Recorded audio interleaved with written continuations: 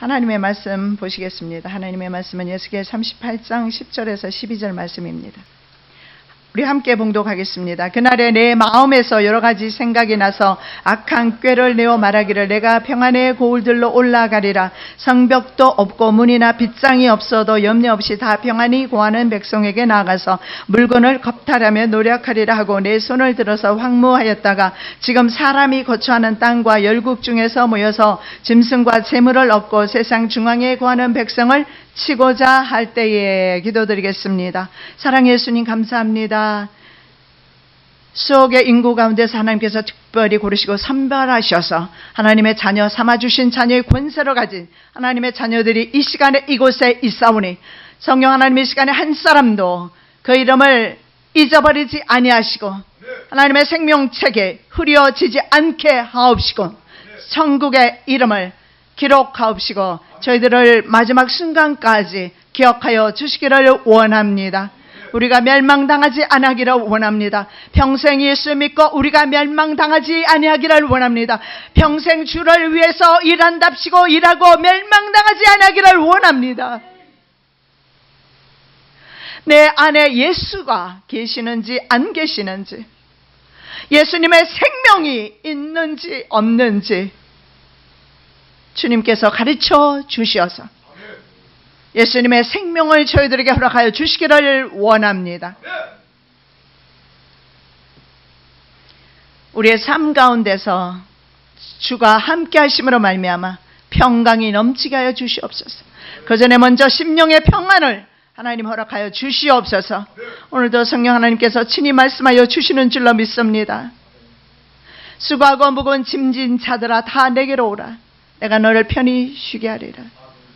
이 시간에 말씀 가운데서 쉼을 얻게 도와주시옵시고 시대 가운데서 시대를 보는 가운데서 하나님의 계시 음성을 들을 수 있도록 은혜 베풀어 주시옵소서. 저는 부족하고 연약하오니 나와 세상은 강고 덥고 구수한 주님께서 이 시간에도 역사하여 주시옵소서. 거룩하신 예수 그리스도 이름으로 기도드립니다. 아멘. 공마곡 전쟁은 전쟁의 특징입니다. 세계대전이 되겠죠. 세계대전이 바로 공마곡 전쟁일 것입니다. 그런데 공마곡 전쟁의 특징 가운데 첫 번째가 뭐냐면 물건을 약탈하는 것이 공마곡 전쟁의 특징입니다. 시편 83편 전쟁에서 전쟁의 특징은 주변 국가들과의 이스라엘의 전쟁인데 어쩌면 지금 일어나고 있는 그 주변 국가들이 좀 내전과 폭동 이런 것들이 있지 않습니까? 그런 일들이 일어나고 있는데 그것이 시편 83편 전쟁일 수도 있습니다. 왜냐하면 이스라엘을 둘러쓰고 보십시오. 남쪽 이집트 이미 폭동이 일어났어요. 내전이 일어났죠. 북쪽의 시리아 그리고 이라크 미국의 공격 받았죠. 수단, 에티오피아 그리고 마지막 사우디 아라비아까지 내전이 아마 가면 세계대전으로 이어질 가능성이 있습니다. 어쨌든 지금 그 지역은 전쟁 중에 있습니다. 그래서 시편 83편 전쟁이 이미 시작했다고 볼 수도 있고요. 그 전쟁 연장선상에서 공마곡 전쟁이 이어질 수도 있고 지금 전 세계 국제 상황이 지난번까지 살펴보았던 것을 봤을 때 양 진영으로 나뉘고 있는 것은 확실합니다. 곡과 마곡을 러시아로 봤을 때 러시아와 중국과 그리고 이란 이런 나라들이 연합을 하고 있고 거기에 북한이 있고요. 참 희한하게 북한과 러시아와 그리고 이란이 서로 핵 개발이 연계되어 있어요. 서로 개발을 돕고 있습니다. 이렇게 진영이 나누어지면서 그들 가운데 또 중국이 있고요. 그리고 이들이 수천 년 동안 연합하지 않았는데 이미 연합을 했고요. 그리고 그 다음에 서방 세계로 따진다면 미국과 나토 그리고 일본, 남한.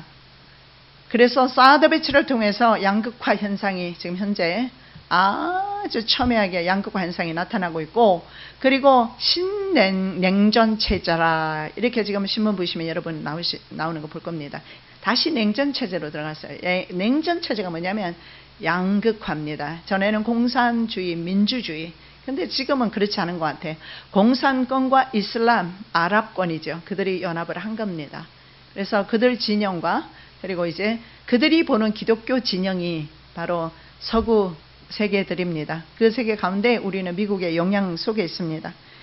자, 그래서 공마곡 전쟁의 특징은 뭐냐면 물건을 약탈하는 것인데 무슨 물건을 약탈하는지 오늘 보도록 하겠습니다. 자, 이 물건은 뭐냐 하면 에너지 자원입니다. 원유와 천연가스입니다. 강대국들이 서로 선점하기를 원하고 있습니다. 그래서 전에도 몇 번 말씀드렸지만 중앙아시아를 공략하기를 중앙아시아가 새로운 블루 오션으로 떠올랐습니다. 그 이유가 뭐냐면 중앙아시아에 카스피해라든가 흑해에 엄청난 많은 양의 광물질들이 매장이 되어 있어요. 그러다 보니까 바로 러시아와 중국이 서진할 수밖에 없고, 그리고 유럽에서 동진을 하게 되면서 서로 충돌을 하고 있는 것이 사실입니다. 그래서 서로 과거에는 러시아 파이프 가스 라인을 통해서 서방 세계로 가던 가스관이 지금은 이제 미국의 주도의 새로운 가스관이 생성되면서 어디로 가느냐면 유럽으로 가고 있습니다. 그렇게 해서 양극화 현상이 나누어지고 있는데 그 이유가 바로 과학 문화에 필수적으로 매일같이 사용되어지는 그 물건입니다. 그것이 바로 에너지입니다. 석유를 비롯해서 천연가스 이런 것들입니다. 자, 악한 꾀를 내었다 이래 말합니다. 그날의 내 마음에서 여러 가지 생각이 나서, 그날의 내 마음은 누굽니까? 곡과 마곡 제국들을 가리키는 겁니다. 근데 이 공마곡 전쟁 그 주체 연합국들의 여러 가지 생각 중에서 악한 꾀를 냅니다. 악한 꾀. 그리고 내가 평온의 거울들로 올라가리라. 성벽도 없고 문이나 빗장이 없어도 염려 없이 다 평안히 거하는 백성이다. 이렇게 말하죠. 자, 이스라엘을 침략하는 이유는 야심 때문에, 다시 말씀드리면 욕심 때문에 이스라엘을 침략하는 겁니다. 결국은 강대 국가들의 이기심을 충족시키기 위해서, 그리고 필수적으로 필요한 바로 자원을 확보하기 위해서 결국은 자원 확보 전쟁이 3차 세계대전의 특징이라고 볼 수가 있습니다. 중앙아시아 에너지 자원과 그리고 또 하나가 있는데요. 이거 굉장한 겁니다. 이스라엘의 원유가 그들의 약탈의 목표입니다. 근데 사실은 얼마 전까지만 해도요, 이스라엘의 원유가 그렇게 전 세계적으로 유명해지지 않았어요. 그런데 지금 이스라엘은 엄청난 그런 에너지 보고인 것을 볼 수가 있습니다. 성경에 다 예언된 것입니다. 2010년 12월 30일자 미국 월스트리트 저널입니다. 이스라엘 연안 지중해 리 바이오든이라고 합니다. 광구에서 천연가스 4,531억 세제곱미터, 그리고 미국 지질 조사국의 발표 내용과 같는데, 이스라엘 연안에 매장되어 있는 천연가스가 2000년 이후에 발견된 천연가스 매장량 가운데 최대로 미국의 절반 수준이라고 합니다. 미국의 절반 수준 3조 4,547 세제곱미터. 자, 석유도 17억 배럴 정도가 되는데 그 이상 17억 배럴 정도가 매장되어 있습니다. 그리고 국제 에너지 기구인 세계 에너지 협회도 이스라엘 사막 시펠라 분지 일대의 세일 석유가 2,500억 배럴입니다. 이 세일 석유는 깊이 내려가야 합니다. 그래서 모래와 같이 올라오기 때문에 비용이 많이 드는 건데, 이거 미국에서 엄청나게 지금 생산해서 사실은 산유국들 죽이기 위해서 세일가스를 생산했는데, 중국도 굉장히 많이 가지고 있지만 중국은 생산 능력이 없어서 못합니다. 그런데 이스라엘은 이렇게 2,500억 배럴 정도가 매장되어 있다고 합니다. 그리고 2,600억 배럴 정도 매장되어 있는 사우디아라비아에 의해서 이스라엘이 두 번째로 바로 세일 석유가 많이 있습니다. 그래서 성경에서 저는요, 그 적과 꿀이 흐르는 땅이다. 그래서 제가 이스라엘 갔을 때 정말 적과 꿀이 흐를까 가봤는데, 지금은요, 관계수로를 통해서 전국 국토에 물이 다, 스프링쿨러를 통해서 물이 다 나옵니다. 황무지에 말하자면 성경의 이사야 예언대로 황무지에서 꽃이 피고 화초가 맺히고요. 얼마나 이스라엘이 아름다운지 몰라요. 북쪽으로 가면. 근데 남쪽은 여전히 개발이 되지 않은 곳을 동굴이나 이런 데를 보면 황량한 사막지대로 그냥 있는 것을 발견을 합니다. 그래서 남유다 같은 경우에는 남쪽에 살았으니까는 사막지대에서 살았다 이렇게 볼 수밖에 없어요. 그래서 저는 종종 그렇게 말씀드리지 않습니까? 다윗이 바로 이렇게 척박한 곳에서 살았기 때문에 다윗의 영성이 만들어졌다. 그러나 오히려 북쪽은 너무나 풍요로웠기 때문에 남유다보다 그리고 실제적으로 북쪽이 다른 국가들과 인접해 있었어요. 뭐 아수르라든가 페르시아라든가 아니면 이쪽에 여러 국가들과 서로 인접해 있었기 때문에 북이스라엘은 120년경 빨리 망하게 됩니다. 그 이유가 문화가 빨리 발달되었기 때문에. 그래서 성경은 문화를 곱게 보지 않는 것 같습니다. 문화 때문에 사람들이 하나님을 버리거든요. 잘 살면 하나님을 잊어버리거든요. 가난하고 힘들고 어려울 때 주여 주여 하다가 잘 살면 잊어버려요. 이것이 우리의 인간의 모습 같습니다. 그래서 지금 사우디아라비아에 이어서 두 번째 바로 세일가스가 많이 세일 석유가 제일 많이 매장되어 있는 것이 바로 이스라엘이다. 세일가스와 그리고 세일 석유입니다. 캐나다와 미국에도 엄청난 양이 많이 매장되어 있죠. 그래서 지금 미국과 캐나다 이쪽에서 이것을 이렇게 생산해내는데, 예를 들어서 일반 석유는 배럴당 $30, 30불이면 원유를 채굴할 수가 있어요. 그러나 세일가스나 세일 석유는 $100 정도 든다고 합니다. 그런데 실제적으로 매매는 $50 이루어지고 있어요. 그러니까는 산유국들을 장악할 수가 있는, 매매를 가격을 낮춘 거죠. 강대국들이. 그러면서 아랍에 있는 국가들을, 그래서 미국이 다 거의 다 손을 본 겁니다. 그래서 아랍에 있는 국가들이 다 내전이 일어나고 그런 현상이 나타나는 거죠. 자, 이스라엘 업체 IEI라는 그 미국 업체가 있는데, 미국의 노블 에너지라고 있어요. 그래서 현재 그 리바이어든 광구에서 세일가스 탐사 및 개발을 진행하고 있다고 합니다. 그래서 지금까지 확인된 매장량이 세일가스가 5,380억 세제곱미터, 그리고 천연가스가 3,400만 배럴, 원유가 6억 배럴 정도라고 그렇게 보도가 되고 있습니다. IEI는 몰려온 세계적인 투자자들 중에서 누구와 손을 잡느냐 하면, IEI는 여러분이 인터넷 들어가 보면 우주의 황제에서 로스차일드 가문이 나옵니다. 바로 로스차일드 가문과 호주의 미디어 재벌이 있어요. 루퍼트 머독이라는 사람으로부터 자금을 지원받아서 채굴을 하고 있단 말이죠. 그래서 앞으로는 석유 전쟁이 일어나는 것을 볼 수가 있습니다. 그래서 이것을 탈취하기 위해서 동방에 군대가 쳐들어옵니다. 그 군대가 바로 곡과 마곡 연합군입니다. 자, 야곱의 유언의 성취를 한번 보겠습니다. 요셉의 머리로 돌아오는 그 축복이 바로 기름인 것을 보게 됩니다. 자, 성경 말씀 보시겠습니다.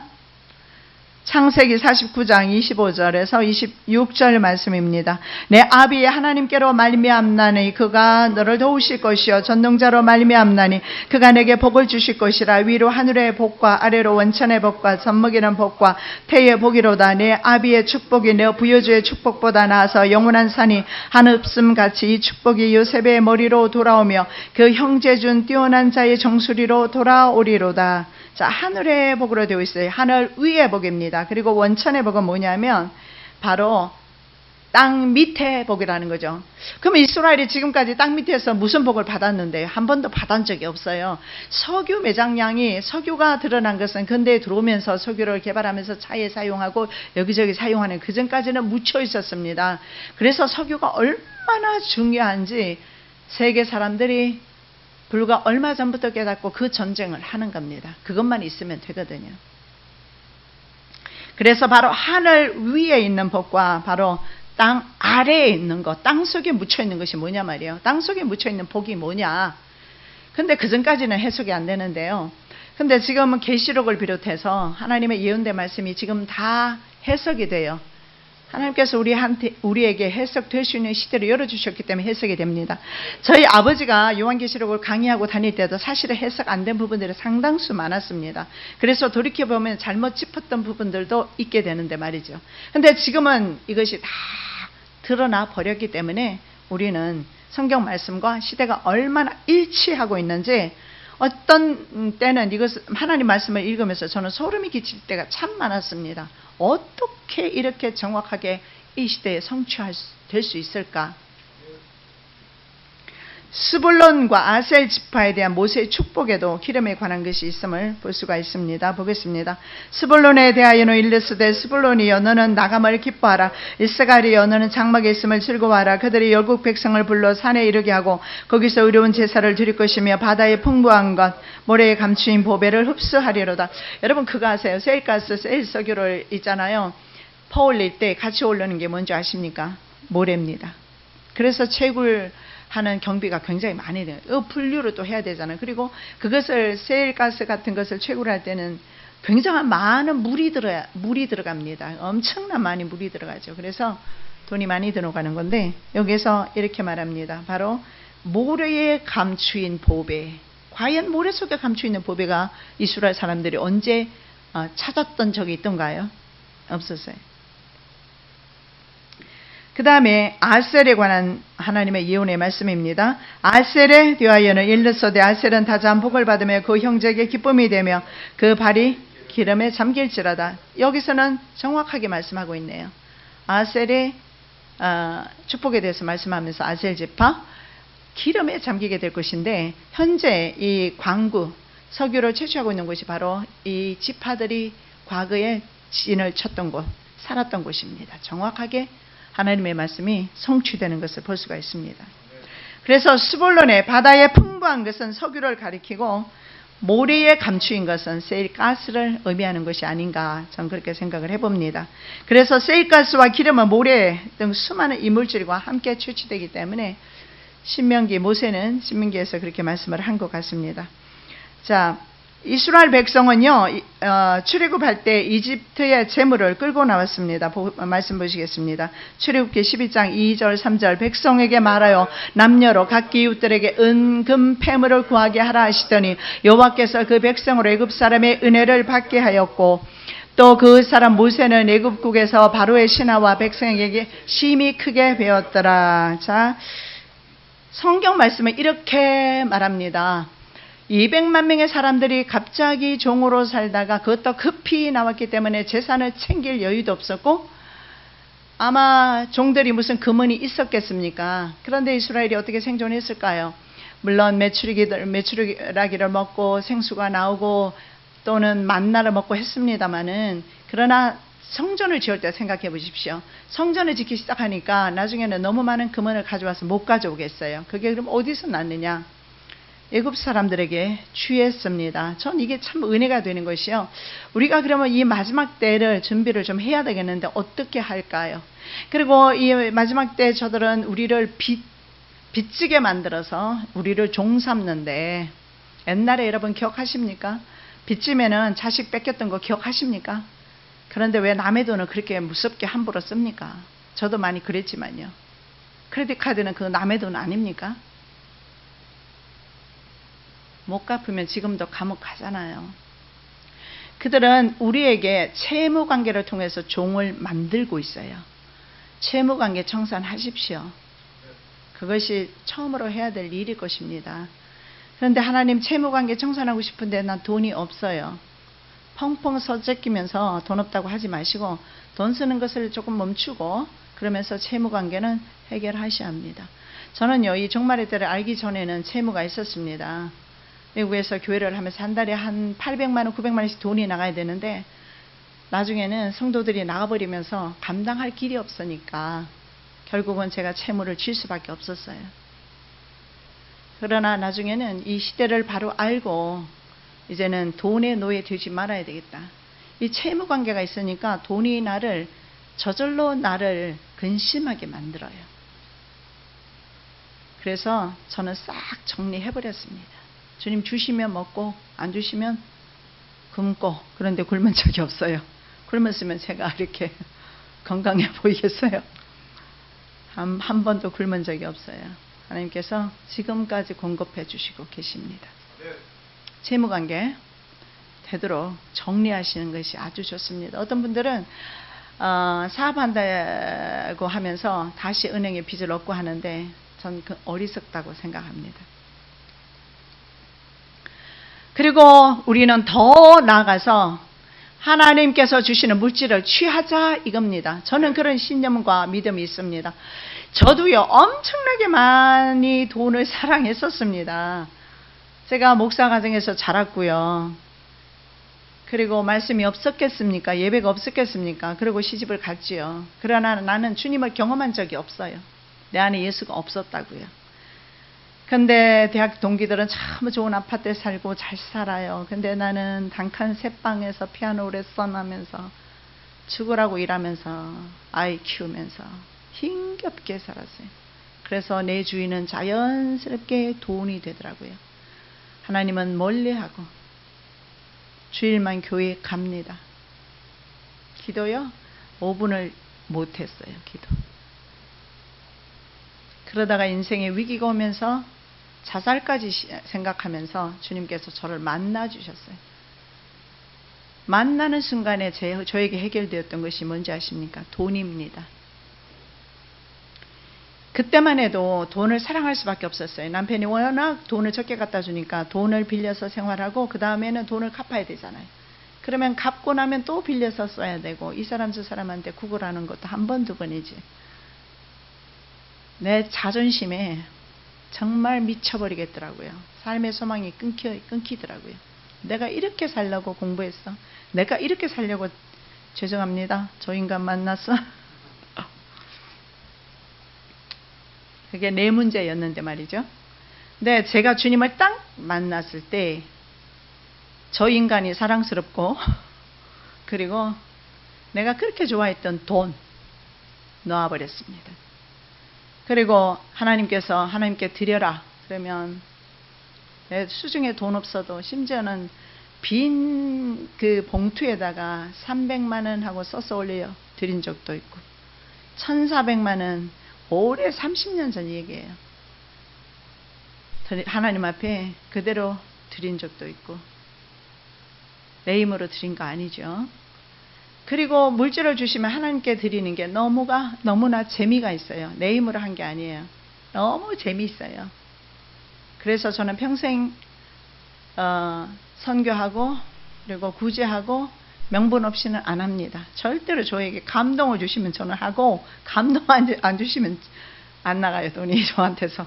근데 감동 주시면 저는 평생을 구제하고 선교하는 일에 썼습니다. 그런데 제가 은혜 받기 전에는 그런 일 안 했어요.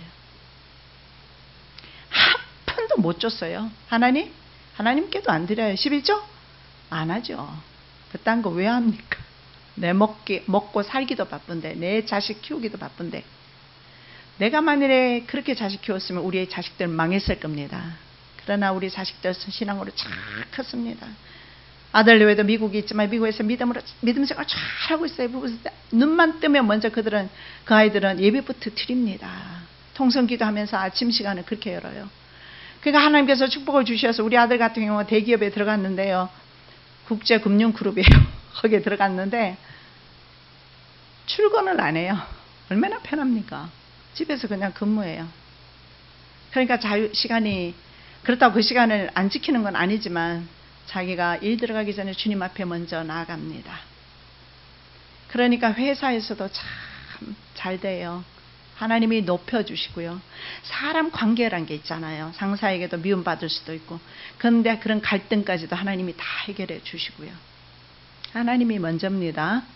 여러분이 불통하는 이유는 하나님이 먼저가 아니라서 그래요. 세상이 먼저고 내 욕심이 먼저이기 때문에 그렇습니다. 말씀이 옆으로 좀 가서 죄송한데 물질 이야기하다 옆으로 갔네요. 그래서 저는요. 그리고 30년이 넘어가도록 물질 때문에 눈물 지어 본 적 없습니다. 한 번도. 어려움은 있긴 있었어요. 그렇지만 한 번도 그것 때문에 내가 속으로 끙끙 앓거나 근심하거나 염려하거나 한 적은 없단 말입니다. 내가 대책 없이 있을 때에 하나님이 움직이기 시작하셨어요. 그리고 하나님께서 공급하시기 시작하셨어요. 지금도 마찬가지입니다. 저는 하나님께서 공급하시는 것을 먹고 살고 있습니다. 여러분도 그래 하셔야 돼요. 이러한 훈련을 평소에 하실 때에 이방의 물질을 모아서 여러분에게 갖다 주셔서 그 물질 가지고 우리 마지막 때를 준비하는 겁니다. 물질이 뭐 없어도 괜찮다. 부자들은 아멘 안 하셔도 되고요. 오늘 이스라엘은요, 제가 왜 이 말씀을 드리냐, 유대 민족을 보면서 제가 느끼는 게 상당히 많아서 그래요. 어떤 유대인들도 못 사는 사람을 제가 본 적이 없거든요. 성공하지 못한 사람을 본 적이 없거든요. 모든 각계각층에서 유대인들은 전 세계를 장악하고 있어요. 그들은 예수를 비록 영접하지 않아서 그렇지, 그들은요 하나님의 말씀을 항상 외웁니다. 아침에도 외우고 나가면서 외우고 저녁에도 외우고 문설주에 달아놓고 메주자라는 것을 달아놓고 하나님의 쉐마 신명기 6장 말씀 그걸 계속해서 암송하면서 들어가고 나가고 말씀 율법을 따라서. 그래서 한 번에 이런 일이 있었다 합니다. 제가 들었는데 막 옆집에서 와서 좀 도와달라고 했답니다. 그래서 그 도와줄 일이 뭐가 있을까 갔습니다. 갔더니 자기 자녀가 뛰어가다가 어떻게 잘못해서 냉장고 문을 열었대요. 안식일날 일하면 안 되잖아요. 냉장고 문 닫는 것도 일이거든요. 그래서 옆집 사람이 와서 닫아주면 되는 거예요. 그건 좀 맹신이죠, 그죠? 그런 식으로 그들은 믿는데요. 어쨌든 그들은 하나님을 철저하게 섬깁니다. 이스라엘에 가보십시오. 어디 팝 가수가 옷 벗고 나와서 TV에서 막 설쳐되면 그냥 노래 부르고 그냥 현란하게. 저는 그걸 보면서 그런 느낌을 들어요. 죄송합니다. 가수들을 비난하는 것은 아닌데 때로는 마귀를 찬양하는 그런 노래들을 보면서 느끼는 것은 지옥에서 저렇게 뛸 것이 아닌가 그런 생각을 해보는데요. 이스라엘 땅에 가면 그런 거 없어요. 가수들이 남아도요 목에까지 다 올라오는 드레스 입고 노래하고요. 그래서 이스라엘 민족 전체가 하나님을 경외하는 민족. 물론 지금은요 그들의 부를 가진 사람들이 유대인 국제금융 그룹입니다. 이스라엘 백성들과는 좀 구분되어야 되지만 어쨌든 유대인들의 부는요 전 세계에서 감히 어떤 누구도 그들에게 도전할 수가 없어요. 그래서 그들은 전 세계 정치인들을 모두 그들의 손아귀에 넣고서 마음대로 움직이고 있습니다. 그 정도입니다. 말씀에 출애굽기 11장 2절 3절 말씀 또 그 사람 모세는 백성에게 말하여 남녀로 각기 이웃들에게 은금 패물을 구하게 하라 하시더니 여호와께서 그 백성으로 애굽 사람의 은혜를 받게 하셨고, 애굽 사람에게 은혜, 애굽 사람들이 준 거죠.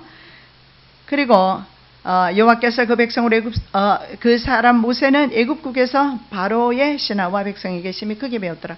그런 어떤 엄청난 사역을 하고 있는 모세를 보면서 아마 하나님 모세를 통해서 그들은 하나님의 존재를 느꼈을 겁니다. 그리고 하나님의 그 두려운 역사를 보면서 모세를 존경했을 겁니다. 인정했을 겁니다. 존경까지는 아니더라도 이집트 사람들이 모세를 인정합니다. 자, 이사야 60장 5절과 11절 말씀을 보겠습니다. 그때 내가 보고 희색을 바라며 내 마음이 놀라고 또 화창하리니 이는 바다의 풍부가 내게로 돌아오며 열방의 재물이 내게로 옴이라. 내 성문이 항상 주야로 닫히지 아니하리니 이는 사람들이 내게로 열방의 재물을 가져오며 그 왕들을 포로로 이끌어 옴이라. 자, 여기에 분명히 말씀을 합니다. 5절에 자, 희색을 바라며, 여러분 디아스포라된 유대인들이 희색을 바라며 산 적이 없었습니다. 언제부터? AD 70년부터 1948년 독립될 때까지 한 번도 웃으면서 재물을 그들이 관리했던 적이 없었어요. 그들이 전 세계 재물을 긁어 모을 수 있었던 이유는 그들은 항상 있는 그 국가에서 재물까지 다 빼앗깁니다. 금원을 다 빼앗깁니다. 그래서 그 나라에서 추방을 당합니다. 유대인들은 다 죽였으니까요. 기독교 국가에서 거의 대부분 죽였어요. 히틀러만 죽인 게 아니라 모든 국가에서 죽였습니다. 그래서 때로는요, 그들은 어떻게 하냐면 항상 휴대할 수 있는 다이아몬드라든가 금이라든가 이런 거를 휴대하고 있습니다. 그리고 그것이 이제 뺏기니까 탈취하지 않기 위해서 그것을 삼킵니다. 발각되었을 때는 그 자리에서 배를 가르고 금은 보석을 꺼냈습니다. 그런 고초를 당하면서 이스라엘 백성 유대인들은 한 번도 웃으면서 자신의 재산 관리를 할 수가 없었어요. 그러나 이스라엘 국가가 세워지면서 그리고 전 세계 부를 이스라엘인들이 장악하면서 그들은 지금 주님의 말씀이 성취되는 것을 보는데 열방의 재물이 내게로 옴이라. 그래서 전 세계적으로 재물이 거의 다 유대인들이 가지고 있습니다. 물론 이스라엘 땅에 살고 있는 이스라엘 백성들과는 조금 달라. 이스라엘 백성들이 상당히 가난하게 사는 분도 많습니다. 그러나 국제금융그룹은 유대인들이 거의 유대계입니다. 유대인들의 또 다른 부가 있습니다. 그 부가 어디로부터 왔느냐 하면 바로 사해바다입니다. 그래서 이런 말이 돕니다. 사해는 더 이상 사해가 아니다. 사해는 죽은 바다가 사해바다입니다. 가서 직접 몸을 띄워보니까 몸이 떠요. 왜냐하면 염분이 다른 염분 바다보다 훨씬 많습니다. 몇 프로 정도냐면 25%가 염분이라고 그래요. 그러니까 사람이 들어가도 뜨게 되어 있어요. 그리고 사해바다는요, 들어오는 곳은, 물이 흘러오는 곳은 있지만 내려가는 곳은 없습니다. 지구상에서 가장 낮은 지역이 바로 사해바다입니다. 그래서 이 사해바다는 물고기는 물론 살 수도 없고 어부가 있을 수가 없지요. 그래서 이 사해바다는 아무 쓸모가 없었어요. 몇천 년 동안. 수천 년이 지나는 동안 이스라엘 사람들에게는 사해바다는 죽은 바다입니다. 한번 가보십시오. 죽은 바다에. 근데요, 이 사해바다에서 나오는 그 비누를 제가 좀 사와봤거든요. 그 비누를 썼어요. 그 진흙, 사해바다 진흙으로 만든 비누. 얼마나 비누가 좋은지 몰라요. 그래서 지금 사해바다에서 나오는 것들 가지고 상품화된 것들이 엄청나게 많이 팔려가고 있어요. 전 세계적으로. 관광객들이 얼마나 많이 가져가면 비누는 10개로 제한해놨어요. 너무 많이 못 가져가게. 그 정도로 굉장히 많은 것들이 그 사해바다를 통해서 많은 것들을 국익으로 삼고 있는데 화장품으로도 만들어 나가죠. 비누로 만들어 나가죠. 한번 써보면 그 매력이 굉장합니다. 소금도 마찬가지죠. 그런데 이 사해바다에 보물이 묻혀 있습니다. 그 보물이 바로 핵 발전의 원료가 되는 것들이 여기에 다 들어있어요. 우라늄이라는 것이 들어있습니다. 그 전에 먼저 말씀을 보도록 하겠습니다. 사해바다가 살아났다고 말씀하고 있습니다. 에스겔의 말씀입니다. 46장 8절에서 10절 말씀입니다.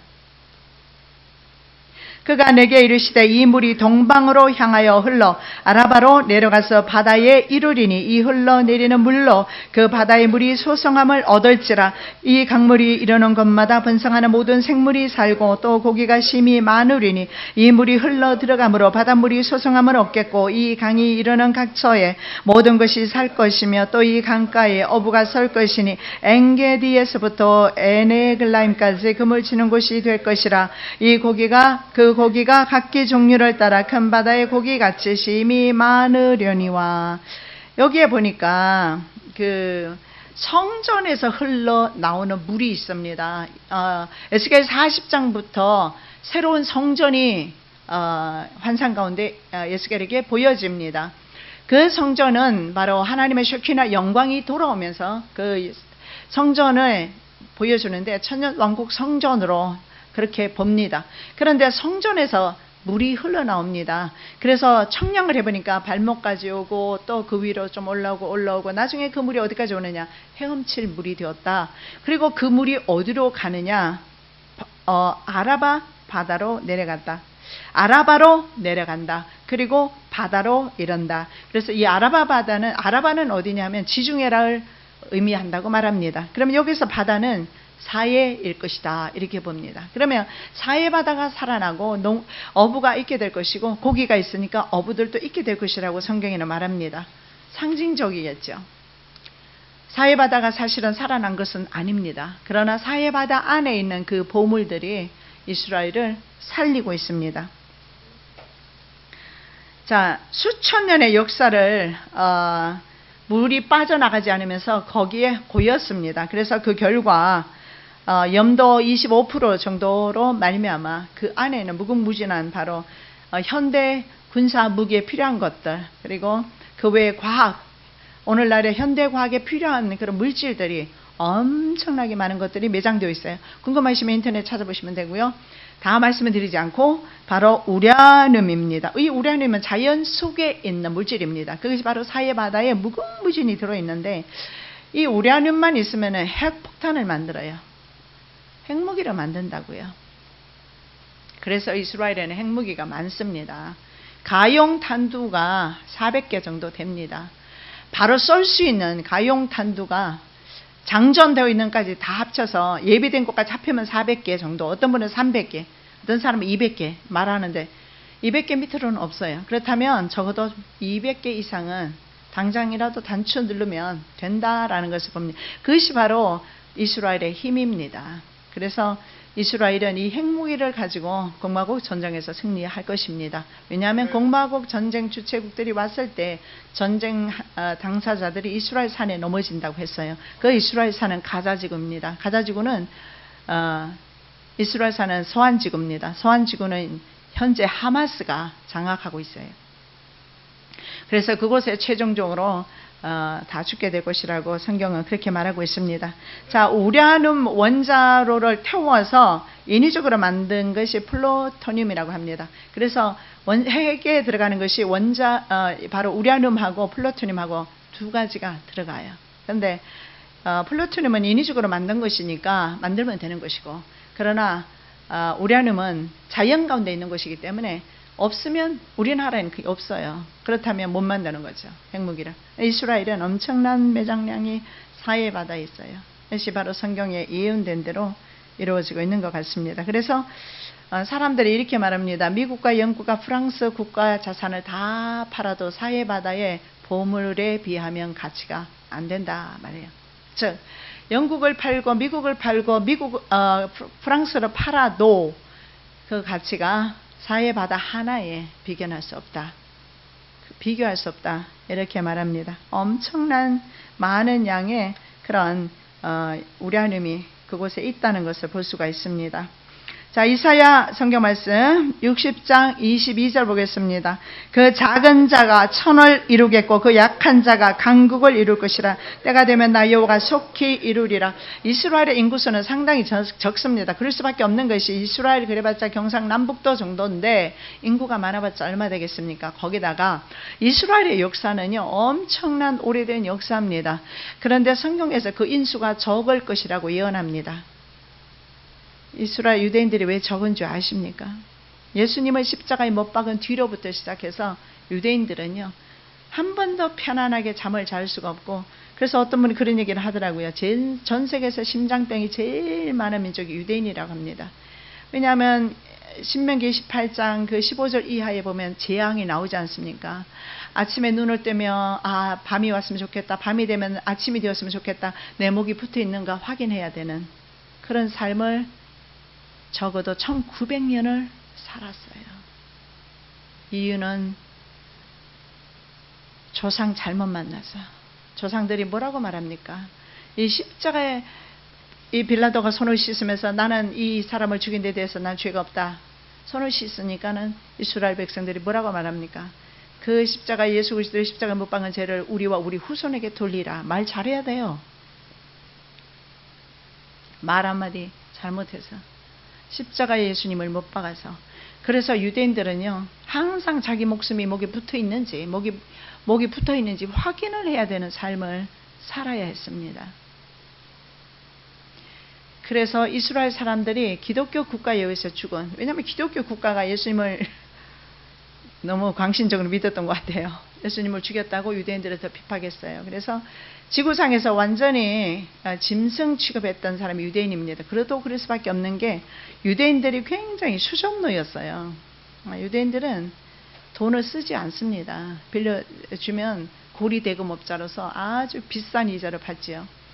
국가에도 빌려줍니다. 그렇게 해서 국가 전체를 장악하기도 하고 그래요. 그리고 전 세계를 지금 장악했지 않습니까? 국제금융그룹이. 그래서 전 세계에서 그렇게 멸시와 천대를 받으면서 보통 기독교 국가에서 10만 명, 20만 명은 보통 죽었고요.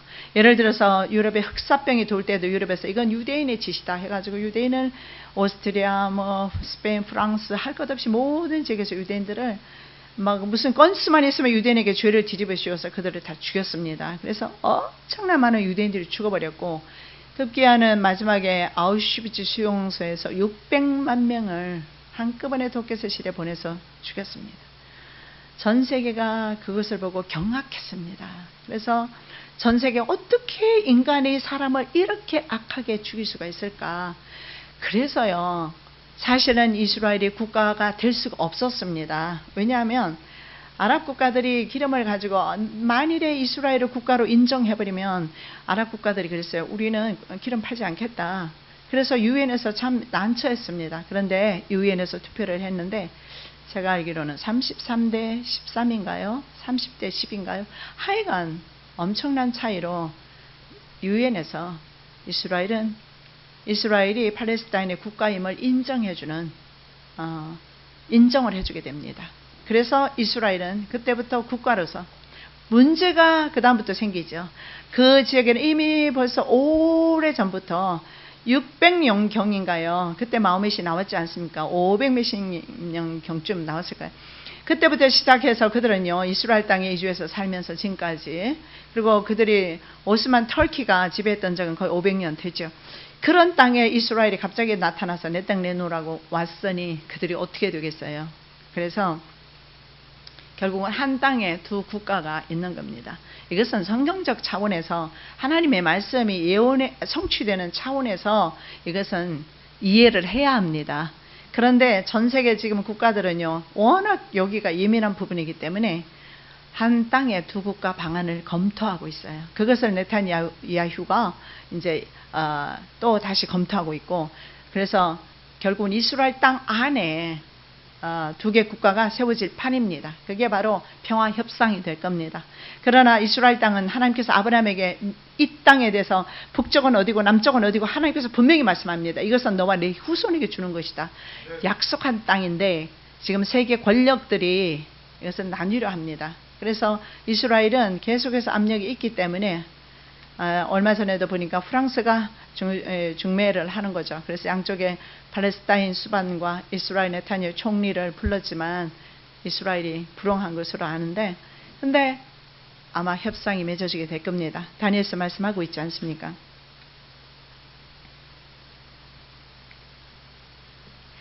이스라엘이 실제로 그래서 지금 현재 약한 자가 강국을 이룰 것이라. 여러분, 전 세계에서 1900년 만에 독립한 나라도 없지만요, 이건 역사 가운데 이런 일이 있을 수가 없어요. 그런데 이렇게 작은 나라, 우리도 작은 나라인데 이스라엘처럼 작은 나라가 강국을 이룰 것이다. 다시 말씀드릴까요? 이스라엘은 강대국이다 이 말입니다. 우리나라는 강대국에 못 들어가 있지만 이스라엘은 강대국 이미 그 대열에 있습니다. 그 정도로 그들은 모든 부분에 있어서 강대국에 견줄 만한 그런 것들을 가지고 있기 때문에, 지난번에 우리가 봤습니다. 북방에서 놓으라 했습니다. 북방은 어디입니까? 소련이죠. 구소련. 억류했잖아요. 유대인들을 엄청난 많은 사람들을 억류했습니다. 그때 밀을 보내줘서, 제가 지난번에 보니까 쌀이라고 말씀드렸는데 밀이었어요. 밀을 보내주면서 이 억류된 유대인들을 풀어줍니다. 왜냐하면 그 땅에 기근이 왔기 때문에 소련은 어쩔 수 없이 전국적인 그 기근을 피하기 위해서 밀 원조를 받아야 했습니다. 그래서 미국에서 그 밀이 엄청난 많은 밀이 소련으로 옮겨가게 됩니다.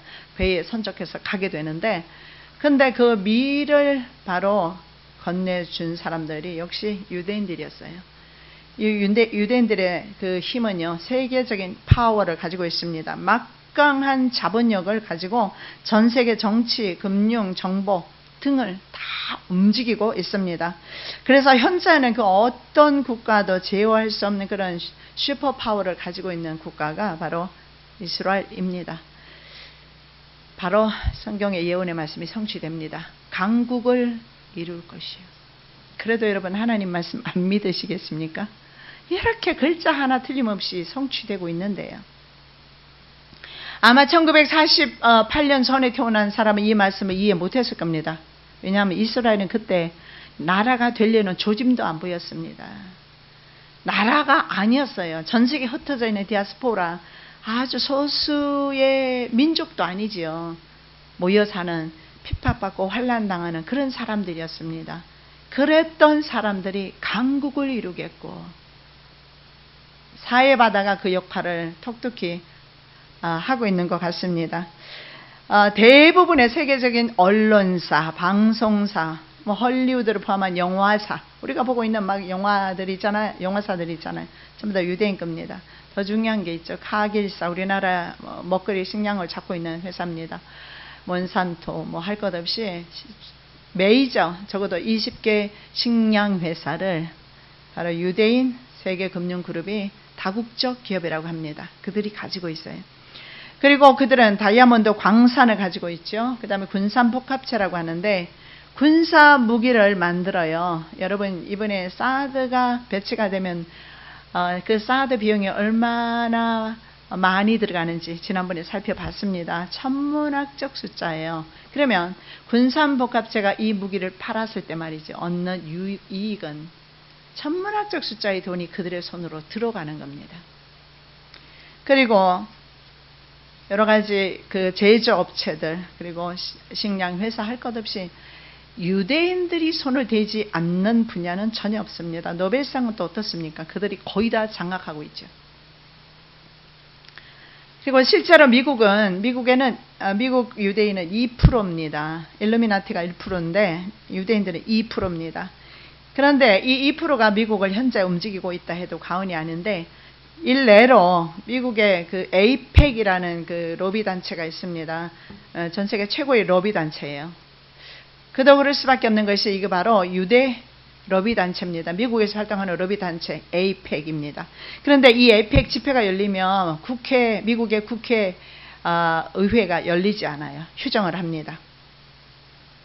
그리고 의원들은 대부분 그 자리에 참석하고요. 심지어는 오바마 대통령 당선자도 에이펙에 가서 인사를 했습니다.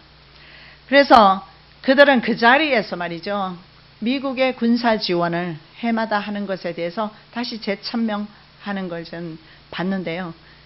얼마 정도냐 하면 해마다 그들이 보내는 돈이 300억 달러입니다. 그것을 그 자리에서 정치하는 사람들이 약속합니다. 그래서 이스라엘에 계속 군사 지원을 하고 있어요. 그래서 아마 서방 세계와 바로 3차 세계대전이 일어나면 3차 세계대전이랄 것 없어요. 아랍전쟁이 다시 한번 일어난다면 서방 세계와 바로 공산 진영과 그 다음에 이슬람 진영들, 아랍인들의 진영이 이렇게 양진영으로 나눠지게 될 것입니다. 자, 성경에 보니까 이런 말씀이 있더라고요. 왕들이 너를 설부할 것이다. 왕들이 너를 봉사하게 될 것이다. 말씀 보겠습니다.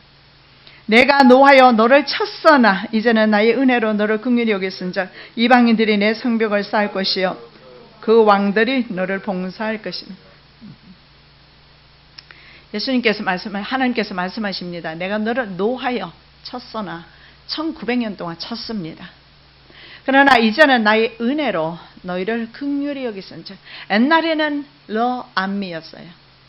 러루하마였어요. 하나님의 자녀가 아니었어요. 하나님이 긍휼히 여기지 않았어요. 그래서 러루하마. 그러나 이제는 다시 긍휼히 여기겠다. 루하마. 그리고 이방인들이 내 성벽을 쌓을 것이요. 이해가 되시죠? 이방인들이, 여러분, 300억 달러입니다. 지금 트럼프가 대통령에 당선되면 미군 주둔에 대해서 반을 부담해라, 100% 부담해라, 지금 그러고 있지 않습니까? 그런데 이스라엘은 달라고 하지도 않아도 그렇게 해마다 미국이 지원하고 있어요. 왜 그러느냐? 유대인에게 밑보이면 정치 자체를 못합니다. 그렇기 때문에 그렇게 하는 거예요. 이거는 성경에서 예언된 겁니다. 하나님께서 이스라엘을 높이시기로, 하나님께서 이스라엘에게 물질 주시기로. 여러분, 우리가 왜 가난하게 살아야 합니까? 왜 우리가 돈 때문에 눈물 지어야 합니까? 온 세계가 누구의 것이라고 했습니까? 여호와의 것이라고 했어요. 온 세계는 주께 속해 있어요. 온 세계가 주의 것이고 온 세계를 가지신 그분이 나의 남편입니다. 나의 공급자세요. 내가 가난한 이유는, 내가 궁핍한 이유는 주님이, 남편이 공급을 안 해줘서 그래요. 버림받은 백성이 되었기 때문에 그래요. 러안미가 되어서 그렇습니다. 이제 다시 우리가 주님을 회복하시기 바랍니다. 주님의 공급을 받으시기 바랍니다. 주님께서는 유대인들을 이렇게 하나님께서 말씀하시면서 처절하게 세상에서 당하고 고통받고 하나님의 말씀이 그대로 성취되는 겁니다. 여호수아의 말씀해 보세요. 여호수아의 말씀에 뭐라고 합니까? 너희가 내 말을 지키면 이 땅에서 살 것이요, 지키지 않으면 너희들은 뽑히리라. 2번 뽑혔어요. 한 번은 바벨론에 70년 뽑혀갔다가, 그리고 그 다음에는 완전히 뽑혀버렸어요. 왜냐하면 로마인들이 예루살렘을 완전히 파괴해버렸고, 하드리안 황제가 있었는데, 디도 황제는 그래도 조금 긍휼을 받는데, 하드리안 황제 같은 경우에는 이스라엘 백성들을 완전히 그 땅에 살지 못하도록 완전히 다 추방시켜버렸어요. 그래서 유대인들은 자기 땅에서 완전히 추방됩니다. 그 땅에 발도 못 디디게 돼요. 이유가 뭡니까? 하나님의 명령을 거역했기 때문에, 하나님보다 세상을 더 사랑했기 때문에, 하나님을 아닌 다른 것을 주인 삼았기 때문에 그들은 남편 없는 여인처럼 구로하지 못하고 생산치 못하는, 우리가 말씀을 오전에 봤는데요, 남편 없는 여인처럼 이스라엘 백성이 그렇게 되었기 때문에 그렇습니다. 내가 너를 노아에 쳤으나 내가 이제 은혜로 너를 긍휼히 여길 것이다. 그리고 이방인들이 너의 성벽을 쌓을 것이다. 여러분 보세요. 미국이 뒤에서 버티고 있어요. 나토가 이스라엘 옆에 버티고 있어요. 여러분, 이스라엘 지도를 보면 우측에 북쪽에 시리아 있죠. 오른쪽으로 수많은 이라크를 비롯해서 이란도 있고요. 남쪽으로 가면 이집트도 있고요. 사방이 돌아가면서 뺑 둘러서 아랍권입니다. 아랍인들의 목적이 뭐라고 했습니까? 이스라엘 유대인들을 다 지중해로 몰아 쓸어넣어버리는 게 그들의 소원입니다. 완전히 적과 함께 하고 있고, 심지어는 적과의 동침을 하고 있습니다. 가자 지구에는 하마스가 있잖아요. 서한 지구에도 팔레스타인이 살고 있잖아요. 안팎으로 적들에게 둘러싸여 있는 이스라엘. 누가 성벽이 되고 있습니까? 미국이 성벽이 되고 있어요. 누가 성벽이 되고 있습니까? 서방 국가들, 강대 국가들이 그들의 성벽이 되어주고 있어요. 어릴 때 말이에요. 우리 딸이 나 공부 못했다고 말하지 말라고 했는데 한 번만 더 할게요. 지 짝꿍이 우리 딸을 자꾸 때려요. 그래서 내가 갔어요. 학교로 갔어요. 갔더니 이 아이가 나를 보더니 많이 쳐다보더라고. 그래서 네가 누구냐? 그때 그렇대요. 너 왜 내 딸을 자꾸 때려? 그랬더니 딱 쳐다보면서 하는 말이, 공부를 못하잖아요.